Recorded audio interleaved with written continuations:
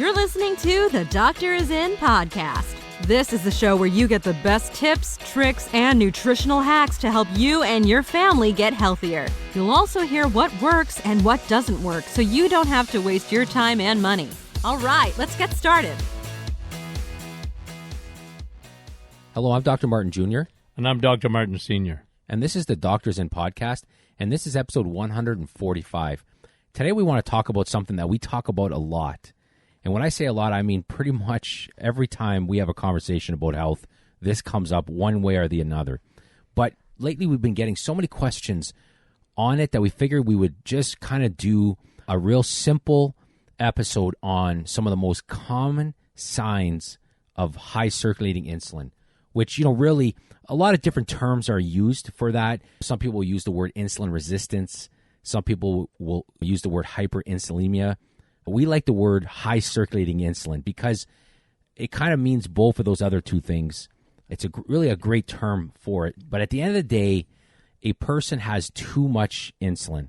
And if you've been with us for a while, then you know that every system in your body is at risk when you have high circulating insulin. Yeah. I mean, it affects your brain. People call it type 3 diabetes. It affects your brain. It puts you at risk for dementia and Alzheimer's.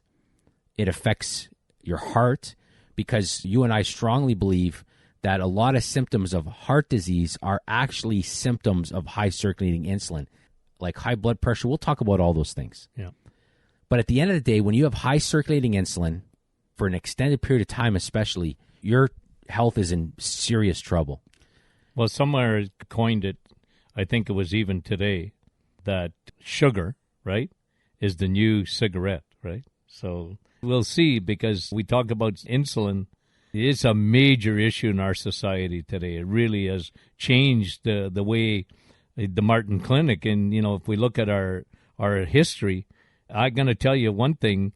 Your great-grandfather and my grandfather never had to worry about diabetes or anything with high circulating insulin like we do today, right? No, and so we go back to 1911.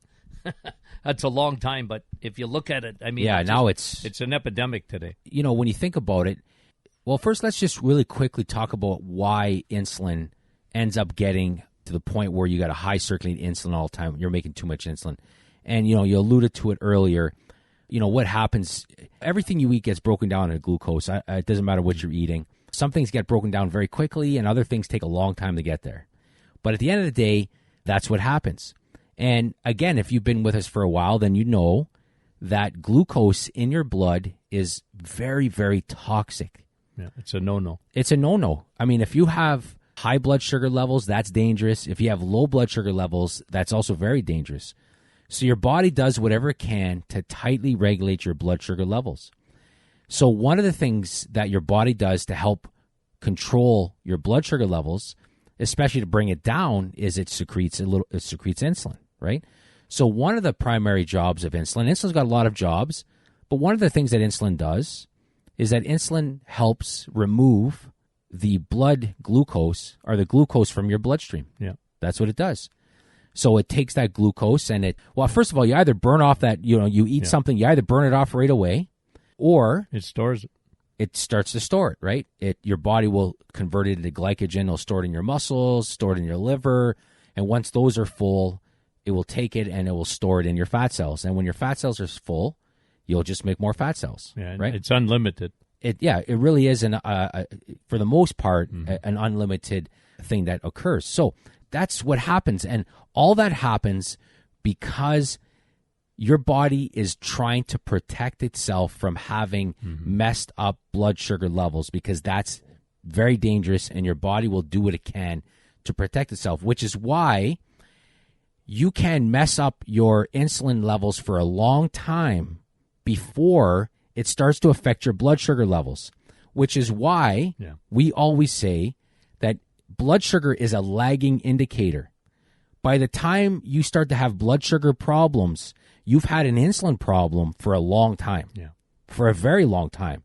So we like to look at insulin as a better indicator for what's going on than glucose levels, because once glucose is a problem, you got a problem. And it's been like that for a while, and you better start to correct that problem, because research is even showing this, and this is fascinating. Even high normal blood sugar levels, so they're not high enough yet to be pathological, but they're higher in the normal range, can lead to dementia and brain shrinkage, which begs the question, why are they calling it normal levels? If it's normal, it shouldn't cause dementia and brain shrinkage. So it should actually, what they should be doing is lowering what they consider high blood glucose levels. But anyways, that's another discussion another time. So what we want to do today on this episode is talk about really the top signs or indicators. Yep. Check the engine light. That's right. That you have insulin resistance. And you just brought up a great point, which is the check engine light. Now, you and I've said this before, I come from a long line of non-skilled abilities at all, right? I mean, if we were forced to fix our own things, we'd be in trouble. I mean, Martin and Son. Oh yeah, it'd be a disaster. That would be an absolute disaster. Your mother always laughs at when my dad was around. We decided once, I don't even know what got into us, but we decided to fix a door handle at our place. And by the time we were done, it literally was upside down. And my wife says, whatever did you think for a minute? Like your mother says, I'm dangerous with a tool in my hand. Well, I remember twice, Mom with tears in her eyes, and not the happy kind, and both of them involved a paintbrush with you. I remember you. I still actually remember this. You destroying a bathroom with a paintbrush. You decided to paint it. I don't know what got into you. You went in there and you started painting it, and it looked like a grenade had gone off in there.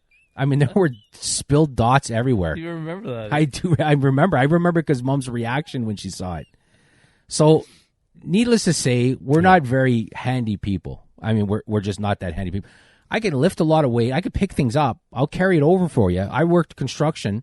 I was the only guy probably in the history to work construction for I think 3 summers, and was never allowed to carry a tool. I would just carry things over. The guy would say, can you go get that or carry that pile of wood here? That's what I did. But they never allowed me to carry. You never had a hammer? No, I didn't get a tool belt. They wouldn't let me carry one. But so we look at our cars, for example, and there's this check engine light, right? And the thing with the check engine light is it can mean a lot of different things. I found out the hard way that it can mean that somebody just didn't tighten the gas cap up properly after you filled up. It could be as simple as that, too much air getting in, or it could be a crazy thermostat problem, or it could be something very serious, right? It could be like your engine's going to go. So I think a lot of people kind of ignore the check engine light after a while because, I mean, it could mean anything. It could be nothing. A car seems to work okay with the check engine light on, but it's basically the car is telling you there's something going on. And of course, you got to plug a little computer into it, and it spits out a code, and then you check the code, and it tells you, oh, it's a burnt, your thermostat's broken.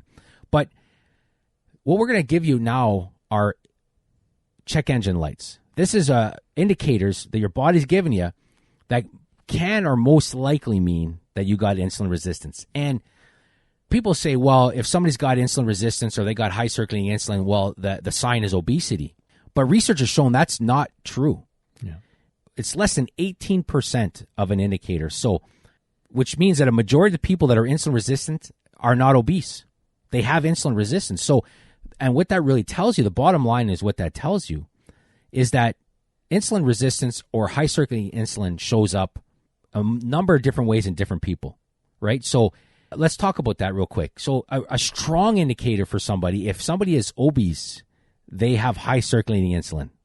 Almost 100% of the time. Yeah. That's a problem. But just because somebody is not obese doesn't mean they're safe, right?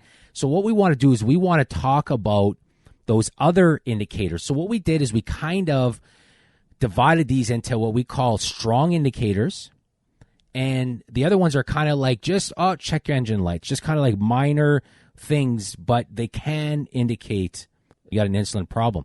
Now, we have this graphic that we built and we put it up in our clinic. It's in all of our patient rooms, and it talks about this. And, people like it because they get to look at this chart. But we'll go through some of these here. So let's talk about strong indicators. If you have these, then you most likely have high circulating insulin, right? So here's the first one that is so common that people rarely associate with high circulating insulin, which is high blood pressure. Yeah, a major thing, right? And again, people, it's amazing what happens when you change your diet. You lower your insulin, the high circulating insulin, it's almost invariably that blood pressure comes back to normal ranges, right? Yeah, in fact, blood pressure is just a symptom, really. Oh, yeah. For most people that have high blood pressure, that's a strong indicator they got high circulating insulin. Now, it's funny because it could be an indication, and it usually also is an indication that they got high cortisol, they're stressed. Mm-hmm. However, cortisol, the primary purpose of cortisol is to raise blood sugar. So then, the longer somebody has cortisol issues, they also have insulin issues as well, right? So high blood pressure really becomes an indication of high circulating insulin. But it doesn't mean they don't have high cortisol. It doesn't mean some other things. But it definitely means that you got a high circulating insulin. That's the first one.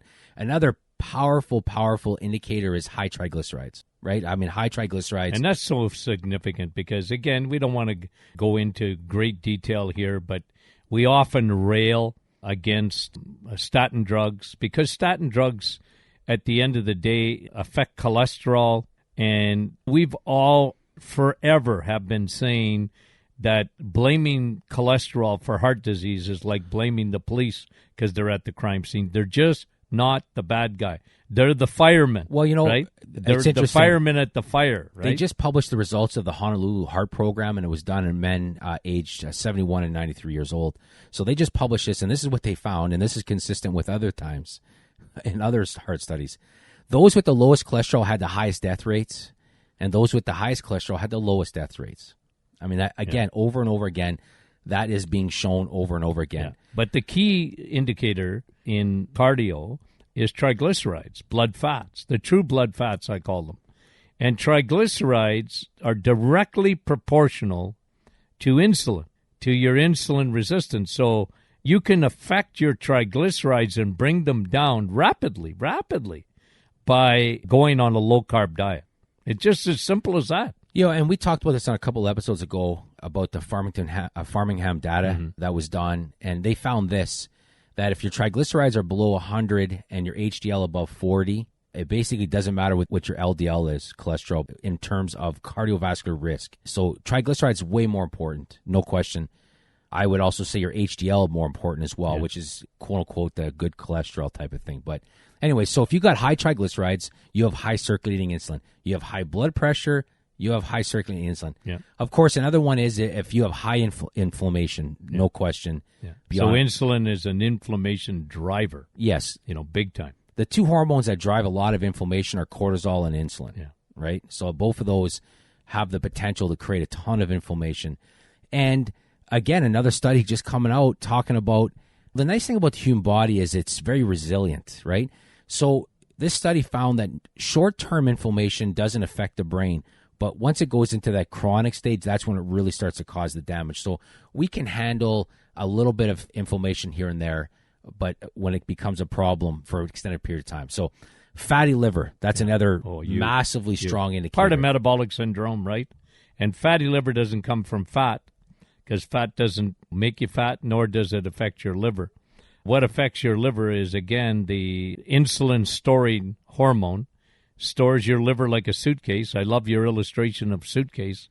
And once that suitcase gets stuffed up, it'll start creating an enormous amount of fat cells around it to store that glycogen. So fatty liver, and you know what? They're showing now in 5-year-olds,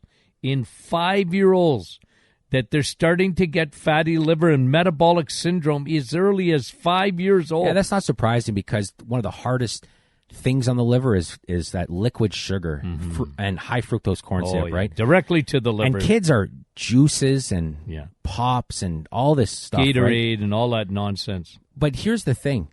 A few low-carb meals in a row has already been shown to take fatty liver down right? So, I mean, it can be reversed rather quickly, actually. Yeah.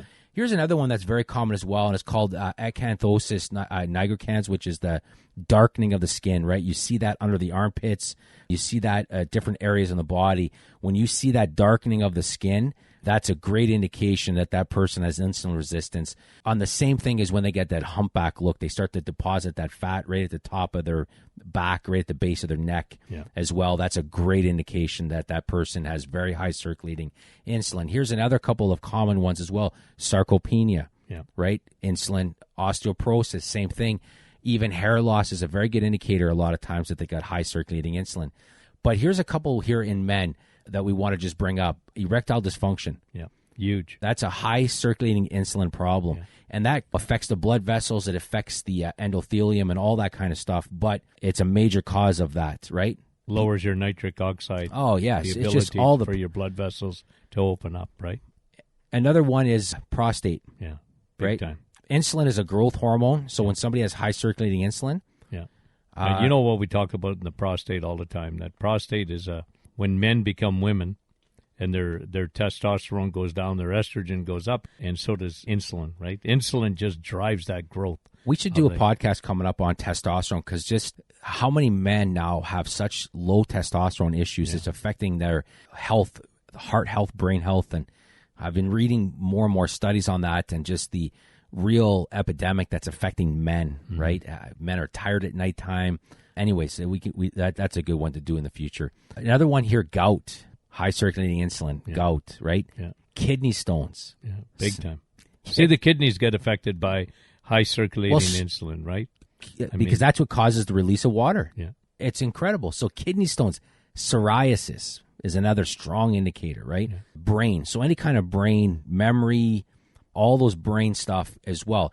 And then, of course, hormonal imbalances a lot of times are a good indicator that they got high circulating insulin. Yeah, and it's interesting that a lot of my patients, women, they notice that if they eat bad, guess what? They get a lot of symptoms like hot flashes, and they don't feel as good, and mood swings and all these hormonal things that usually their progesterone is low. But there's your link, right? I mean, a lot of that is bad eating too. And when they clean up their diet, isn't it amazing?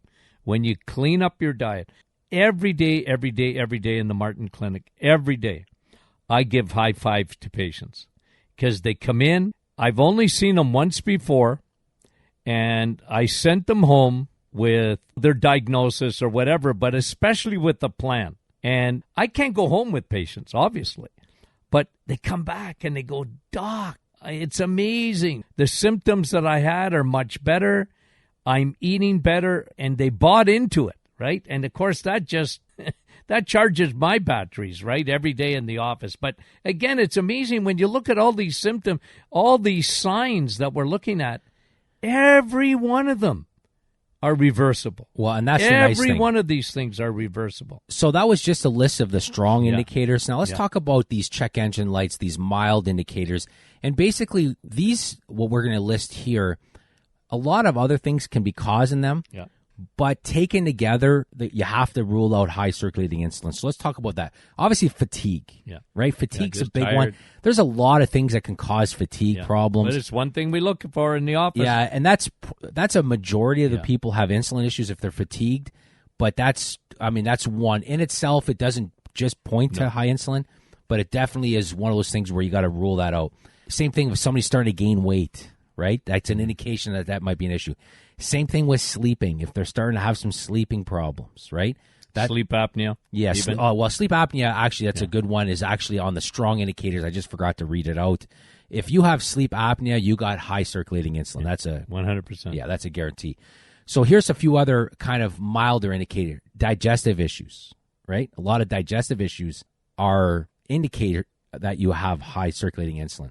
Here's another one that surprises people. Vertigo. One of the causes, if it's not your neck, or it's not the medication that somebody's taking, or it's not a dehydration problem, then it's a high circulating insulin problem, right? That's a big cause of vertigo. But because there are other causes of vertigo that have to be ruled out as well, but if somebody says, listen, I've gotten everything else checked and I got this vertigo, there's a good chance that they got high circulating insulin. And the other thing. Well, and let's go there now. That's next on the list, tinnitus. Tinnitus, right? Some people, it's damage to the ear. It has nothing to do with high circulating insulin. But there are a lot of people that have spontaneous tinnitus that have to do with high circulating insulin. Now, on this note, at this point, it would be a mistake if we didn't mention there are a lot of people with tinnitus that get great results on Navital. Yeah. I just read an email from somebody the other day just saying they're like, I took it for energy, but I noticed my tinnitus is a lot better. Yeah. Is that possible? And it's like, yeah, we get that feedback. Yeah, big time. A lot of times from people. But here's another one as well that could indicate high circulating insulin, which is joint pain. Yeah. Right? We did a podcast on joint pain and insulin. No question. No question, yeah. Along the lines of that, here's a couple other ones. There was a study done on, and this is interesting, carpal tunnel syndrome. I think it was like 40% of people carpal tunnel syndrome, it's because of high circulating insulin.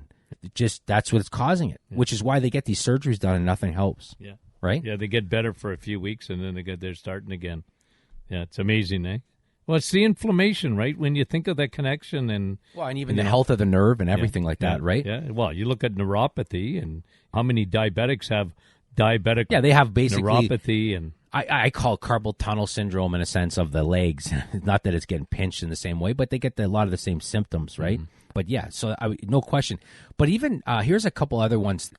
Chronic tendinitis or Achilles tendon pain. Studies show there was a study done on hyperinsulin, too much insulin, and the effect it has on the Achilles tendon or chronic tendinitis. Makes sense because of the caramelization that can occur in the joints, right? The AGEs and all that end product glycation and all that stuff that can happen in the joints. But needless to say, joint pain or tendon pain or carpal tunnel could be an indication that you got high circulating insulin. That surprises a lot of people. Here's a few more. Skin tags. A lot of skin tags is an indication you got high circulating insulin. Here's another one. Cataracts, right? In the eyes. You get the eyes, right? Acne. Acne a lot of times is hormonal, but insulin is a hormone. Yeah. And insulin affects those. Insulin affects estrogen and affects all those other hormones that can give you acne as well. And then a couple more here. Leg cramps is another indication. Overactive bladder, another one. So, I mean, you could see all the effects that insulin can have on your body. We named symptoms from pretty much every part of your body, right? Yeah. Every part of your body, gout from the toe to the head. It can affect for everything in between. Yeah, skin. Yeah, and the largest organ obviously can be affected by that. But you can see, so when we ask people, do you have insulin resistance or do you have high circulating insulin? And they say, I'm not sure. How do I know?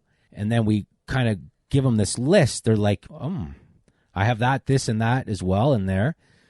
So, yes, let's take care of that insulin. Let's get it low, right? Let's start to work on bringing that insulin down. And then, like you said, it's amazing how much better they start to feel in that.